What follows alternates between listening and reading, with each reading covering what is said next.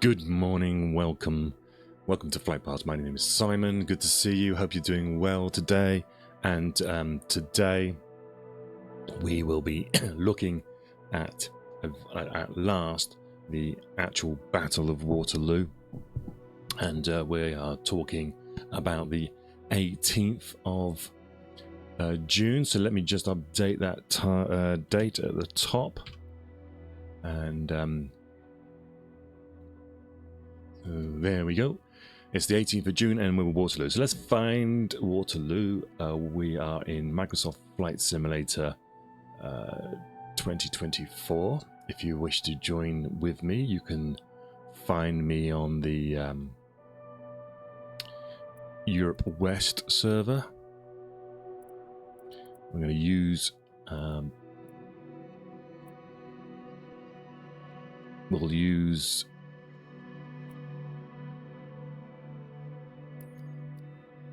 live weather. I hope you're good. If you're new to the channel, then I always see that the first minute or so people seem to sort of disappear. So I'll let you know right away. This is going to take a while. This whole series has been going over a couple of months, and so we're not in any rush here. So this is the slow burn. It's designed to be a discussion, so please join in with the comments. Even if it's you're watching later, feel free to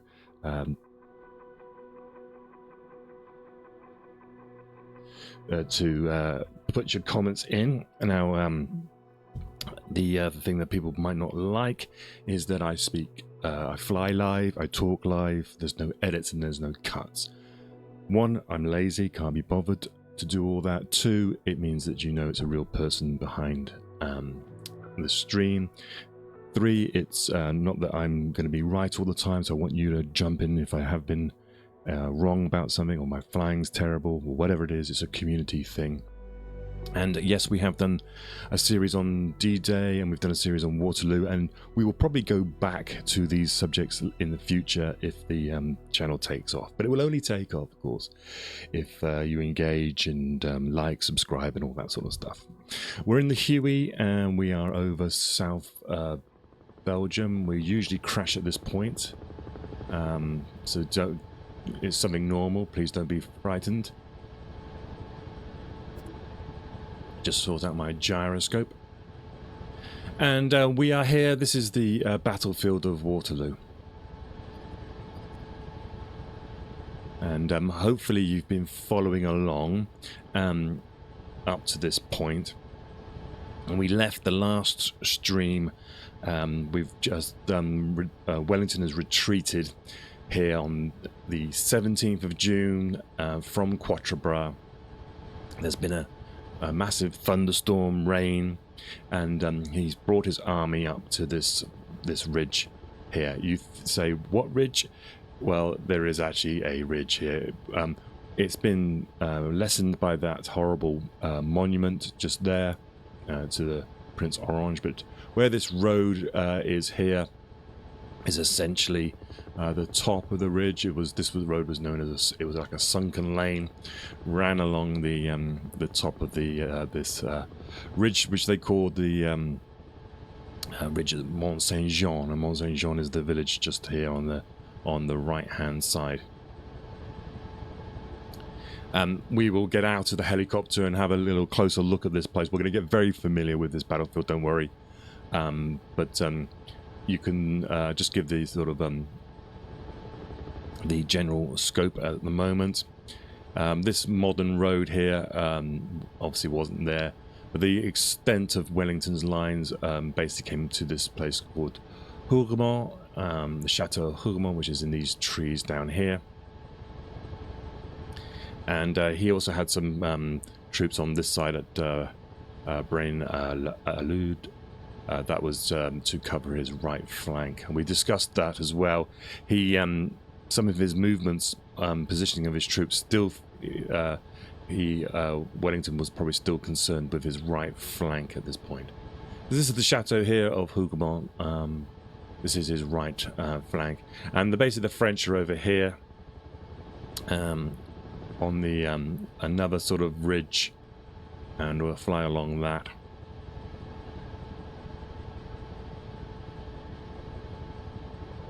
And so he's pulled back here basically to he's had to pull back from Quatre Bras because, as we said, we saw the Prussians have been knocked back at Ligny, and nice how the Prussian chief of staff has ordered his troops over to Wavre, which is one of these places over here.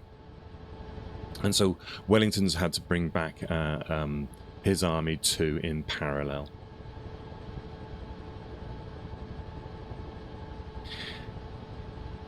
And he arrives here on the 17th, evening of the 17th, and he's pursued by the French.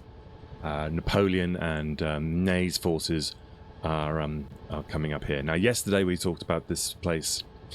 There's a place called La Maison du Roi, which I believe is here. And then there's this farmhouse, and I was trying to remember the name in the last stream. And of course, it escapes me, but that's what live streaming does to you. It's Le Caillou is the place, and essentially it's I believe it's this place here, which was so what we're looking at here might actually be a good place for a short video clip for the YouTube short people. But this here is the last headquarters of Napoleon ever.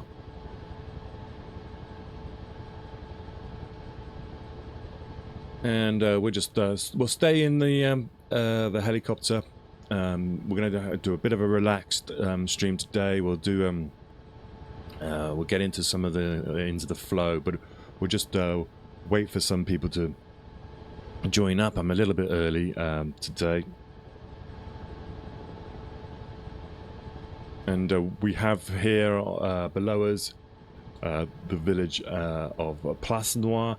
Place Noire, I believe it's pronounced. So this is very important. This is where battles will be fought between the basically the French reserves and the Prussians, who are streaming across out of this wood on the right hand side here. Now this wood, I believe, is called the Paris wood, and this is where the Prussians will be coming from.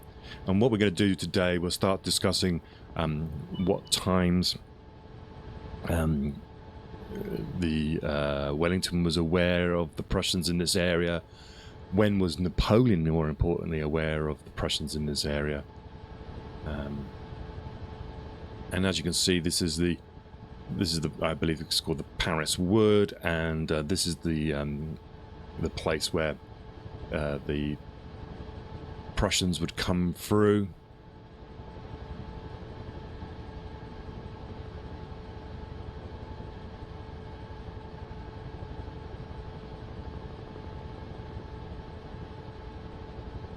On their way from Wavre. Let's see if I can bring up the map here.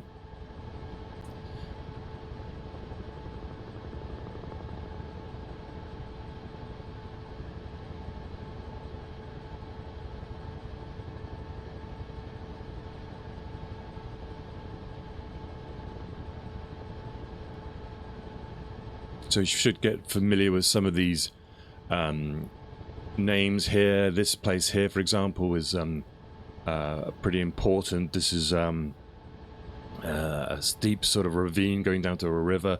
Prussians had to struggle over this river, dragging their cannon. And remember, the weather on the previous day had been terrible, so a lot of these roads here, like this one, presumably was the one that they came down, and was described as a mud chute. And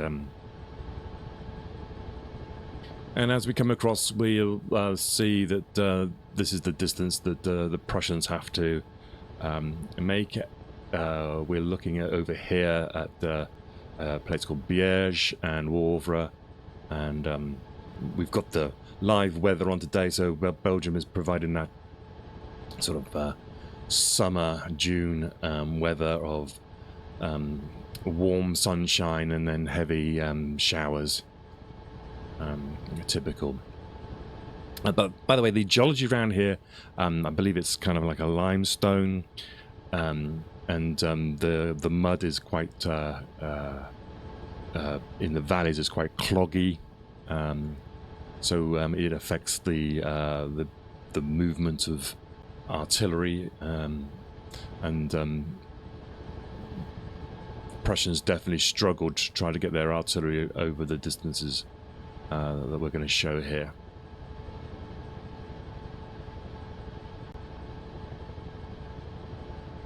So we'll just poodle over here to Wavre, and then we'll circle back again. If you've got any questions, then just let us know. Once more onto the breach, my friend. That's true. Oh, hello, guys. So what we've got today... Oh, you got your glasses on, and you got your orange. No, looking good in orange. That's Guy at the back.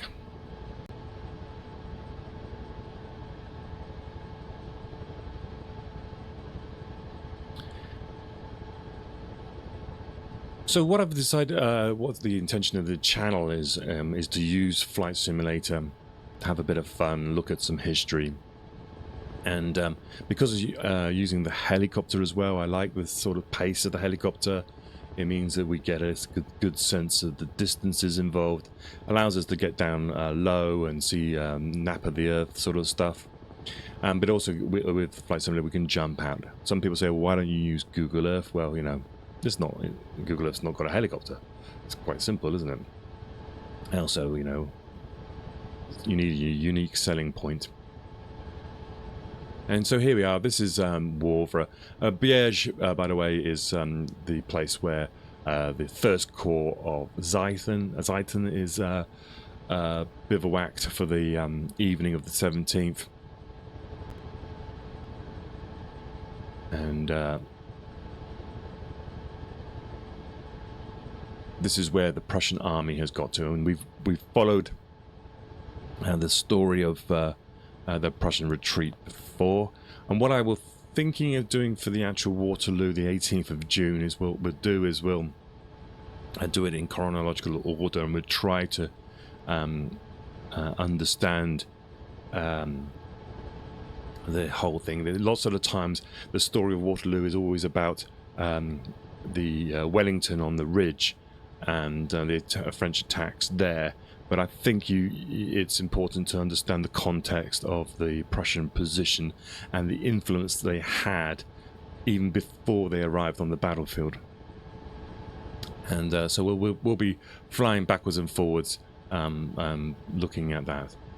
So this is Wavre. Let's spin back round, and we'll head back, and this will give you the sort of the idea distances that was involved. And it basically essentially meant that with the promise of the Prussian corps, at least one corps coming to Wellington's support, Wellington was or felt confident to that his army could hold out for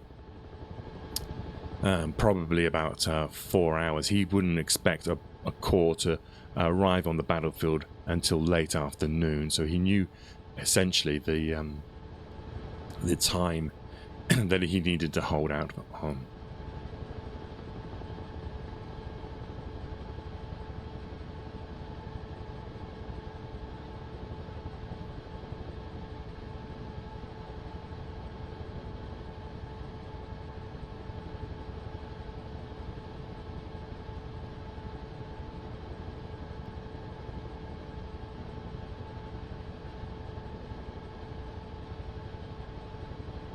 That's a good opportunity, by the way, to say hello to the new follower on YouTube. Good to see you. I hope you're enjoying it. And I'd like to ask people to press a like on a few of these videos if you do enjoy it.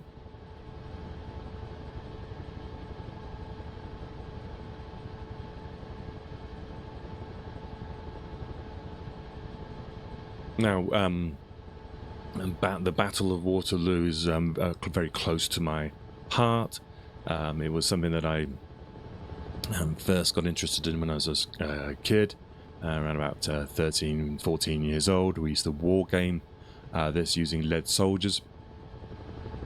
And what you find is that every time you look into it, there's different nuances.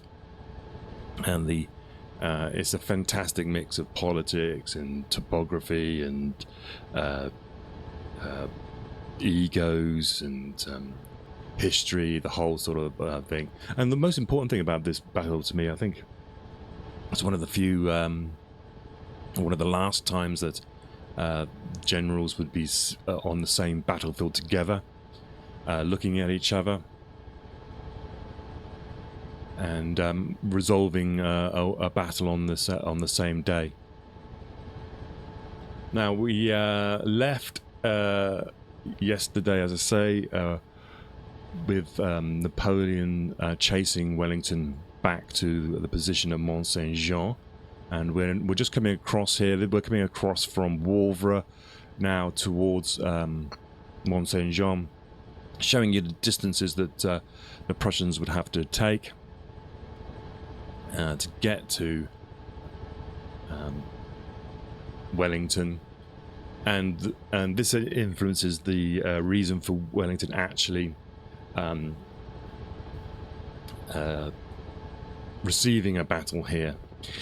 He had said to his Prussian liaison officer Mufflin, who passed on the message to Nassau in the morning of the 17th, to say that he was retreating to the ridge at Mont Saint-Jean, and that if the Prussians could come to his support with at least one corps, he will probably face Napoleon there. If not, he was going to pull all the way back to Antwerp. And so on that, let's just jump out and look at the map so that you can see where we are.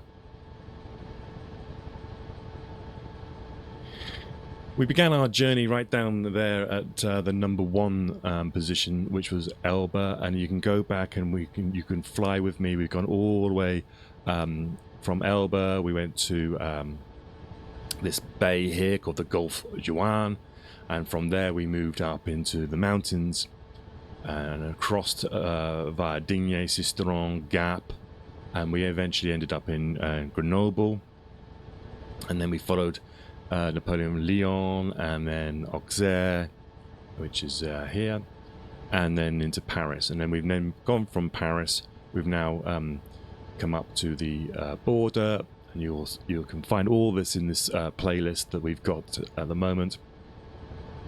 And we come up. We've had the battles of Ligny, which is where this number 4 is, and Quatre Bras number 3, and in the last stream, we retired back with Wellington from Quatre Bras here at number 3 through Genappe, and we got to this ridge here at Braine-le-Comte.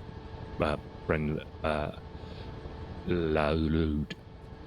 Now, Wellington had sent a message to Blücher, and when we say Blücher, we mean Nassau as well, his chief of staff, and they're at Wavre. So they got knocked back from Ligny, and what the best decision of the war or this campaign was that Nassau, in the heat of the moment, at the end of the day of the 16th of June at Ligny, when the Prussians had been defeated, they had been, their centre had been punched out here at Ligny with the guard coming through, rather than trying to retreat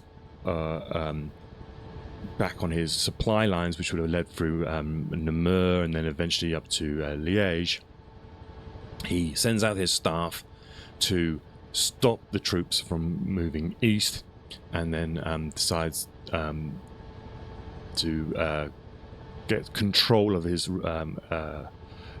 escaping troops and concentrate them around Wavre. And what happens basically is he has all 4 corps of his army end up concentrated around Wavre. and he had another corps. 3 of the corps fought at Ligny, and one of them was Boulou's corps, who arrived late. And Boulou would then arrive at a place called Dion-le-Mont on the 17th.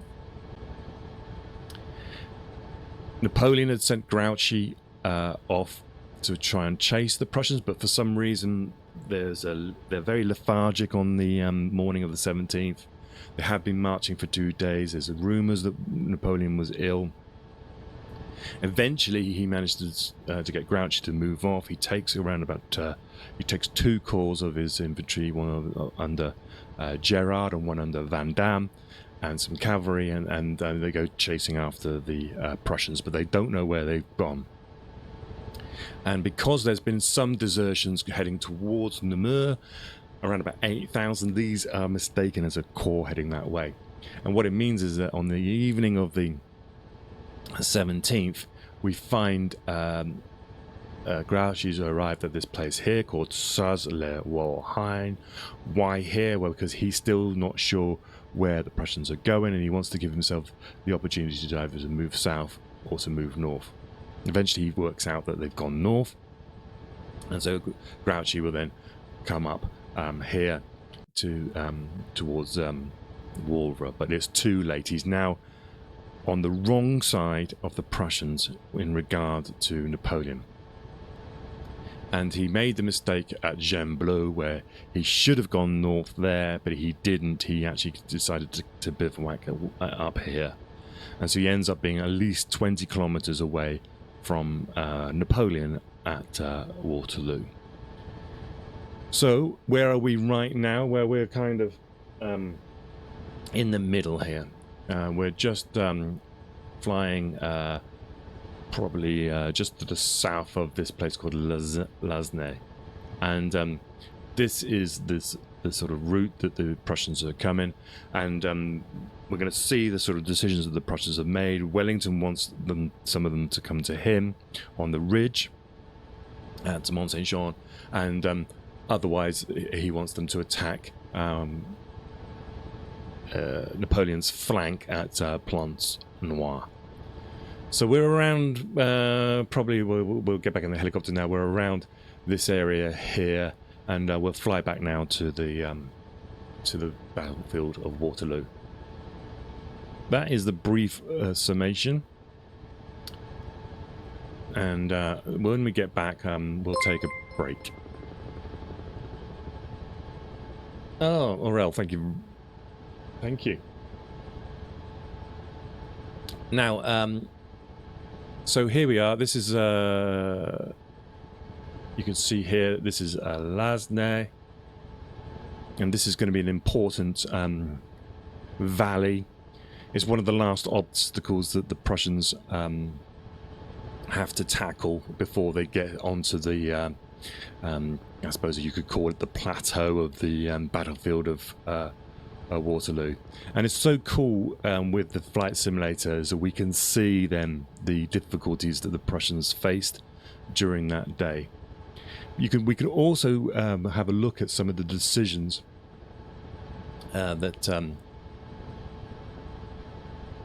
Napoleon didn't make at this time, and how that impacted the battlefield. Okay, so Napoleon has begun to arrive on this battlefield up here. It was around about the 6:30 on the 17th of June, and this is when he has some cavalry vanguard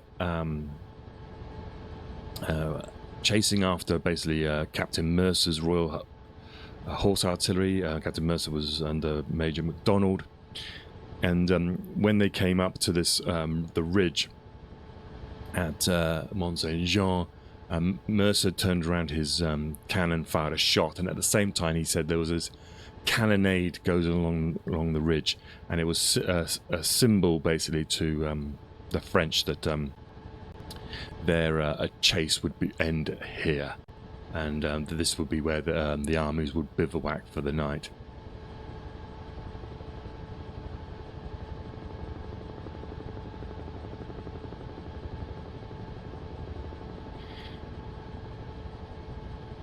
there's supposed to have been a little bit of a sort of to and fro with the artillery. I think it's where Napoleon wanted to fire up at the ridge and see what the response was. And he gets this sort of large response back from the Wellington's line, and we are jittering on the come on. We've had an update recently, I'm sure. This doesn't sound good.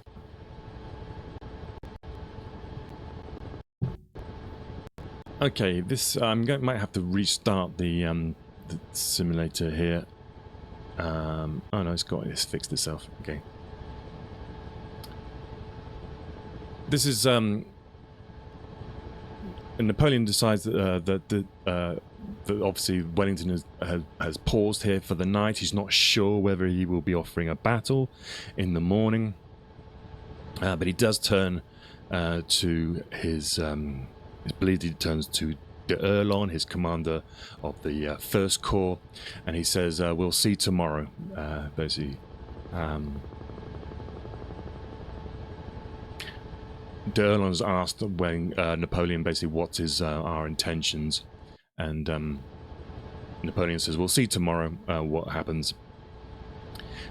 But he does note that Wellington has got his back to the wood. It's called the Bois de Seigne, and it means that he thinks that Wellington has got put himself into a weak position. The battlefield of Waterloo itself is very, very subtle. We talk about ridges and valleys, but it's very subtle. You have to be down on the ground, and we will get down on the ground and have a look at different positions. And from if we just pause here and jump out, because we can. If we go to where we believe Napoleon could see. If you come down somewhere here, you can see basically how subtle this battlefield is. Remember that big pile of soil over there would actually be stretched along a little bit, so the ridge would be a little bit more pronounced over there. So Napoleon can see the wood behind Wellington. He knows that there's a slope here, and it's a very clever battlefield, and I think we should give credit to Wellington's Signal Corps. This has been surveyed in 1814 as a possible site. This is why I think Wellington was happy to retreat back to here. I think he appreciated this as a good place to stand. It's one of those ones where you can trap an attacker into thinking that they've got the advantage when actually it's actually not as advantageous as you'd expect. All right, let's take a break. So if you're new to the channel, what we do is I'll break it up every sort of 20 minutes so that I can chop it up and put it onto YouTube in little short chunks. But I'm only going to be going away for a couple of minutes, and I'll be back, and we will continue looking at probably some of the dispositions of the troops around the battlefield on the evening of the 17th and the 18th of June. So I'll see you in a moment.